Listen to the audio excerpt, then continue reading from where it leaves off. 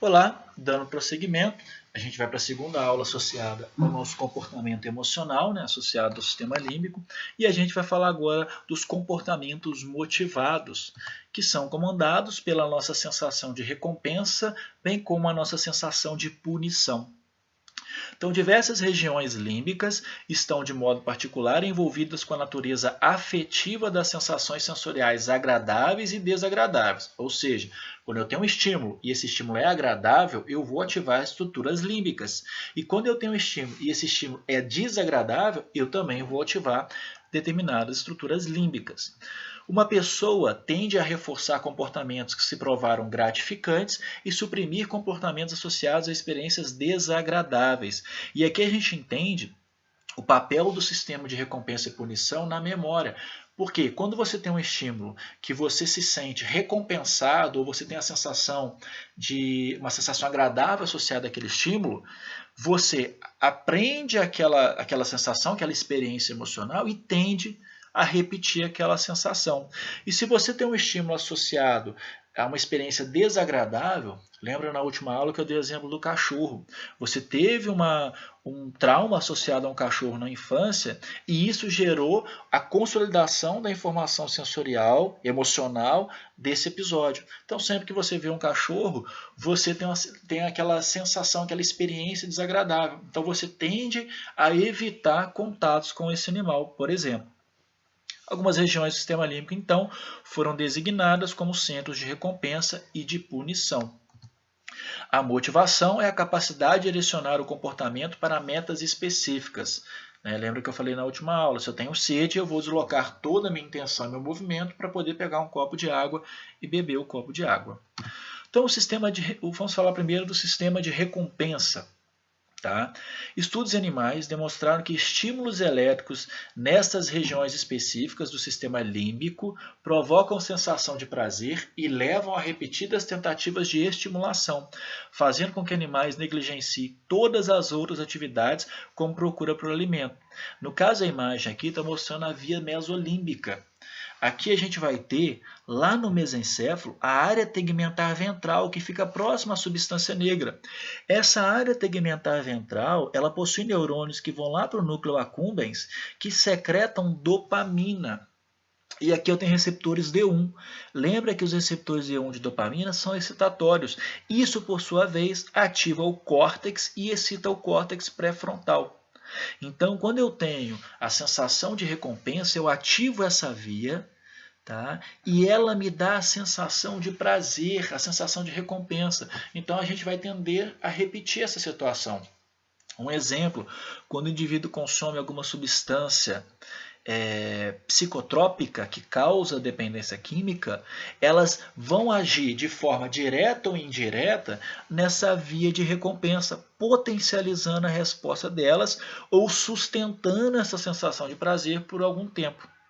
Tá? Tem exemplo, a cocaína, por exemplo. Tem estudos com ratos que eles conduziram, onde eles davam a cocaína para o rato e davam o alimento. O rato passou a ingerir apenas a cocaína, negligenciando o alimento. Então perceba que o centro de recompensa, quando ativado, dependendo da intensidade, ele pode suprimir outras respostas associadas ao hipotálamo. Tá? Essa imagem não mostra, mas além da área tegmentar ventral emitir informações lá para o núcleo accumbens, ele também transmite informações para o hipotálamo. E lá no hipotálamo teremos outros núcleos associados também ao centro de recompensa. Uma informação interessante, quando pegaram esses mesmos ratos e deram açúcar e cocaína, esses ratos passaram a negligenciar a cocaína e passaram a ingerir o açúcar.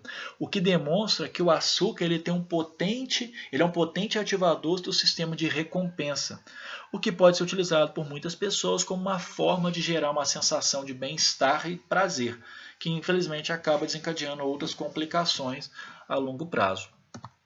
Então, o circuito começa na área tegmentar ventral, situado na região cinzenta do tronco cefálico, lá no mesencéfalo. A partir daí, os impulsos elétricos atingem o núcleo accumbens. Lá do núcleo accumbens, o impulso segue para o córtex pré-frontal. Os neurônios que participam dessa via são dopaminérgicos.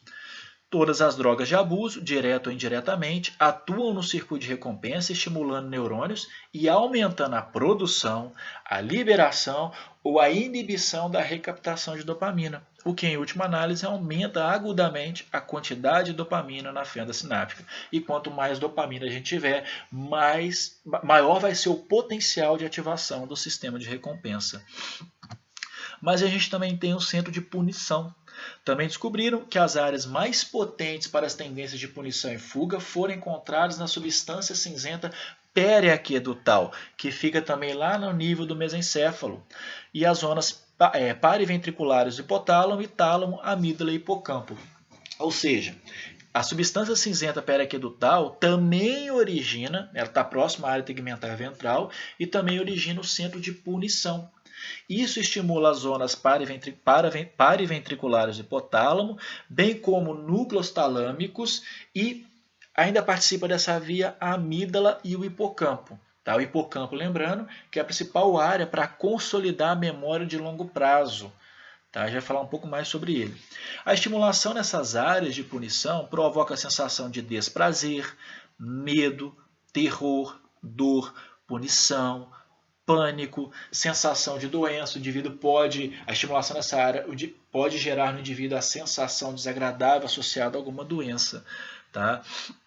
Então, quando a gente possui alguma doença, a gente estimula o centro de punição. Tá? Então, perceba que a amígdala está sendo formada aqui e ela é extremamente importante na ativação do centro de punição.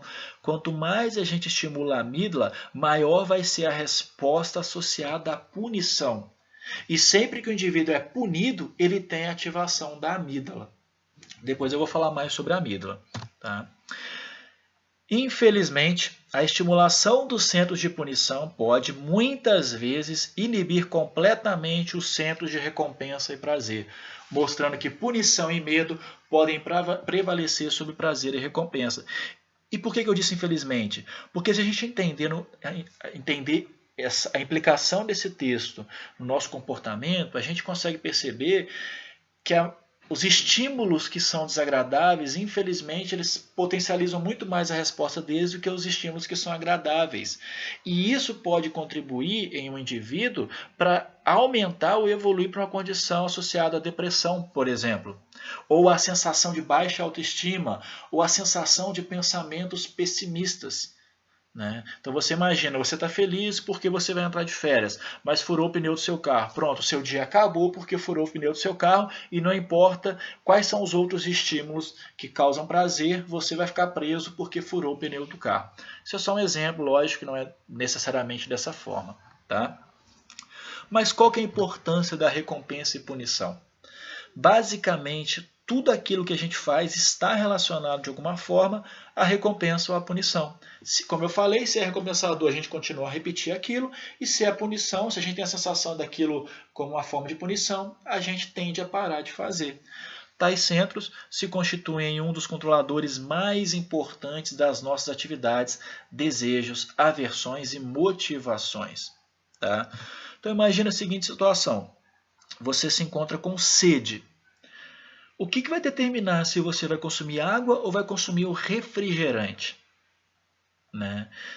Se a gente parar para entender, a água vai ser o fator mais importante para restaurar o nosso equilíbrio e saciar a sede. Mas o que determina essa escolha? Basicamente, as nossas escolhas elas são influenciadas pelas experiências que a gente tem com aquele objeto, com o aprendizado e o hábito associado a uma cultura, a uma criação. Tá? Então, escolher entre água, escolher entre o refrigerante vai muito além de uma sensação primária para a sobrevivência. Então, os nossos comportamentos, por exemplo, se eu sei que eu gosto muito de refrigerante e eu tenho sede, eu prefiro tomar um refrigerante porque aquilo é muito mais recompensador para mim do que simplesmente tomar um copo d'água. Ao mesmo tempo, se eu acredito que refrigerante não é uma bebida saudável, eu posso optar por não consumir o refrigerante e consumir a água. Então, para mim, pode ser muito mais prazeroso ingerir a água do que o refrigerante. Então, isso varia de pessoa para pessoa, de acordo com o seu nível de conhecimento, de acordo com as suas experiências, de acordo com uma série de fatores que são muito mais complexos do que isso. Tá? Então, a gente tem o aprendizado e a memória que estão associados ao hábito e ao reforço, ou seja, aquilo que a gente repete repete, repete, a gente tende a fixar. Aprendizado, então, é o mecanismo neural pelo qual o indivíduo muda seu comportamento como resultado da experiência. Então, quando a gente aprende algo, a gente modifica determinado comportamento com as experiências que a gente adquiriu ao longo do tempo. A memória é o mecanismo de armazenamento daquilo que foi aprendido. Então perceba que quando a gente fala de aprendizagem, a gente tem que levar em consideração esses dois conceitos. O aprendizado, que é a aquisição de novas experiências, e a memória, que é a consolidação dessas experiências. Então, se a gente sofre alguma experiência sensorial que não causa recompensa ou punição, essa experiência provavelmente vai ser pouco lembrada. Tá? Então você imagina, a gente tem um estímulo sensorial e esse estímulo vai ativar várias áreas do córtex, porém não gerou nenhuma sensação, seja de prazer ou seja uma sensação de desconforto. Então basicamente a gente vai extinguir essa resposta. Tá? Agora, se a gente tem um estímulo sensorial e vai ativar várias áreas do córtex, porém gera uma sensação de prazer ou uma sensação desagradável, provavelmente essa resposta vai ser armazenada por mais tempo. Um exemplo, imagina que você estudou para uma prova, achou que estava sabendo tudo, foi realizar a prova e errou várias questões. Na hora da correção daquelas questões, você se sentindo mal por ter errado aquelas questões, tem a seguinte sensação: poxa, nunca mais eu vou esquecer isso. Infelizmente a gente aprende muito com os erros.